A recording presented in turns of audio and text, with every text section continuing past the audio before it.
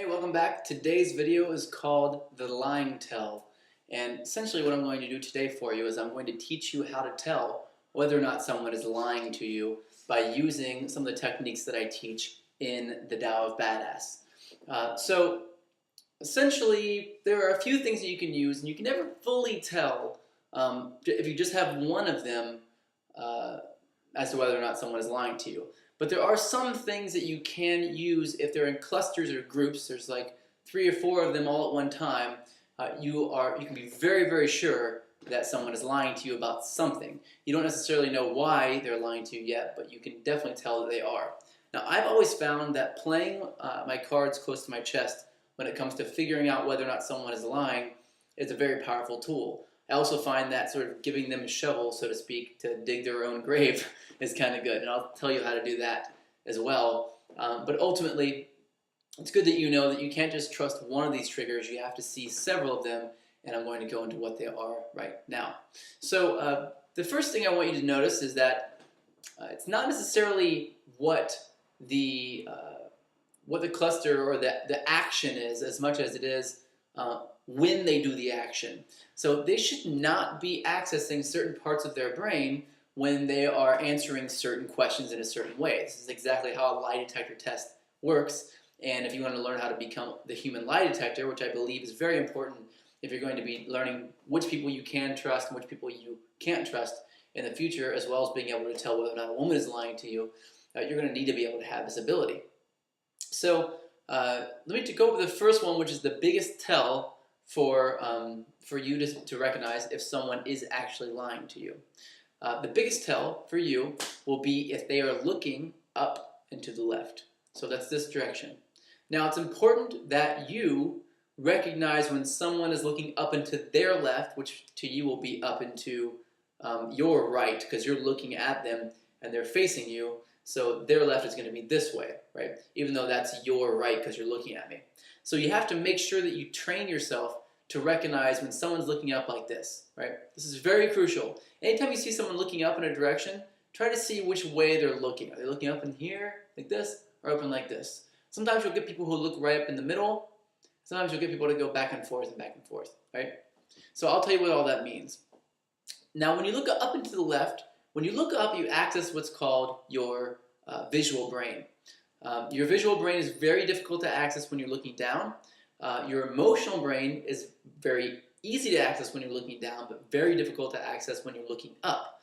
So when someone looks up, usually they're either trying to visualize something, or they're trying to not feel something. This is very crucial. So instead of looking down, they will look up, right? So if someone's looking up, they're trying to keep from feeling a really powerful emotion. If you ever notice somebody who's about to cry, they're usually like looking up like this and trying to have a conversation and trying to keep that feeling down.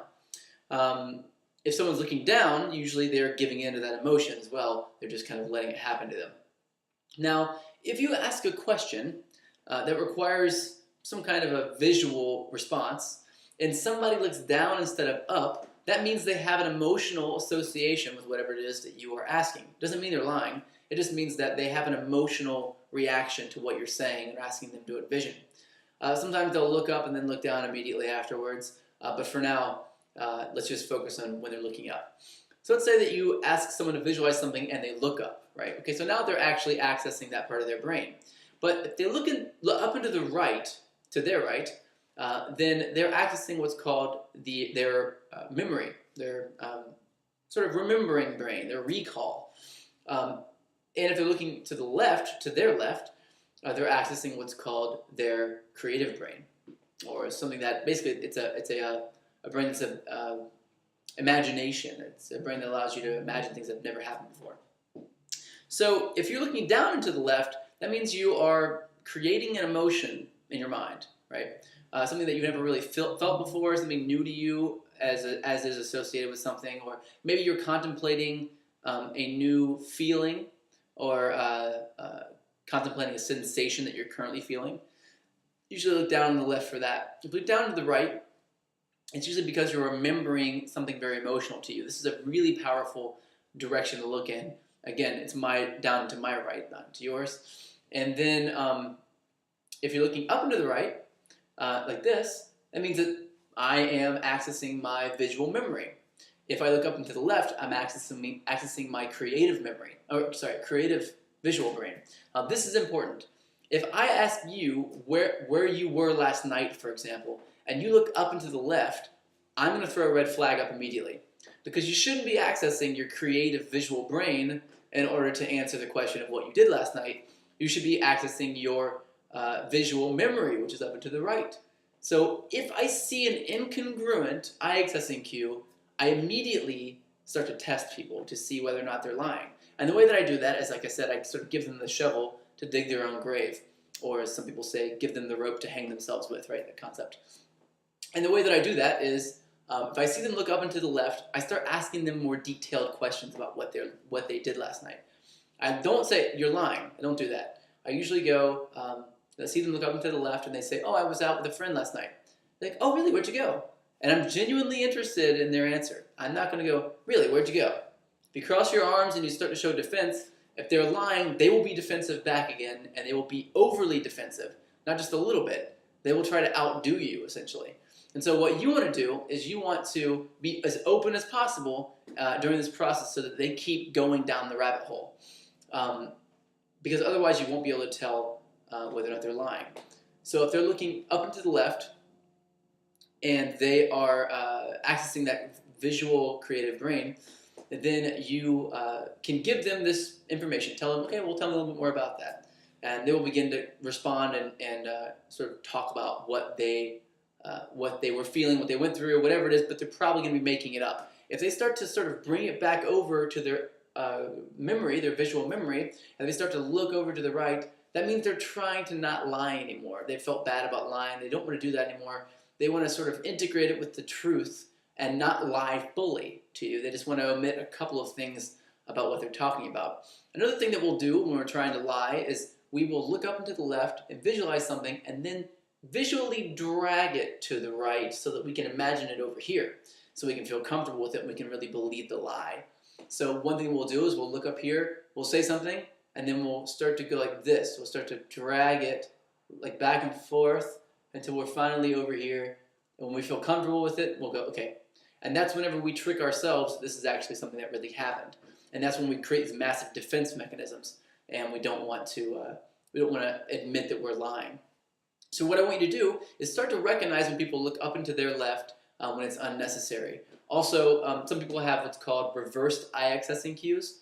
And basically what that means is that they look to the right when they're accessing their imagination and to the left when they're accessing their memory. If that is the case, what you have to do is you have to test it by asking questions that are called control questions. These are questions that you shouldn't have to access your creative brain for, and in fact, if you access your creative brain, you won't get any information. So things like, what color house did you grow up in? What color car do you have? I don't know, when was the last time, can you explain the last time you played a sport and what was going on? These are things that people should not access their creative brains for. Now, it doesn't mean that they're lying if they look in that direction. It could mean that they're trying to imagine a couple of things to see what fits, and then they start talking about what fits. But if they're constantly looking up in that direction the entire time, and especially if they're shaking their head up and down like this while they're doing it, they're probably lying to you. Another thing they will do is they'll put things in between you and them.